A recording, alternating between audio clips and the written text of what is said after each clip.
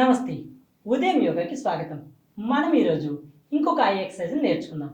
ఈ ఐ ఎక్సర్సైజ్లో మన రైట్ థంబ్ని మన కుడి కంటికి దగ్గరగా పెట్టుకుంటాము. లెఫ్ట్ థంబ్ని కొంచెం డిస్టెన్స్లో పెట్టుకుంటాము. మీరు మీ ఫోకస్ అంతా ఈ right thumb, left thumb, right left, right left, right left, right left focus చేయండి. తర్వాత కొన్ని సెకండ్ల పాటు మెల్లగా రిలాక్స్ అయ్యి మీ హ్యాండ్స్ని చేంజ్ చేయండి. ఇక్కడ చూడండి, left right, left right, left right, left right, left right.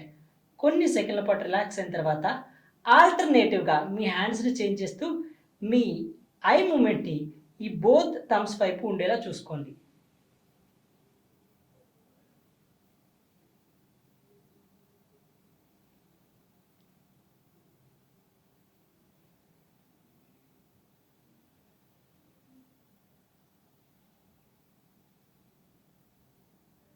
కొన్ని సెకండ్ల పాటు రిలాక్స్ అవ్వండి.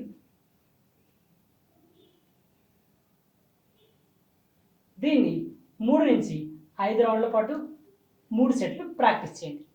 నమస్తే.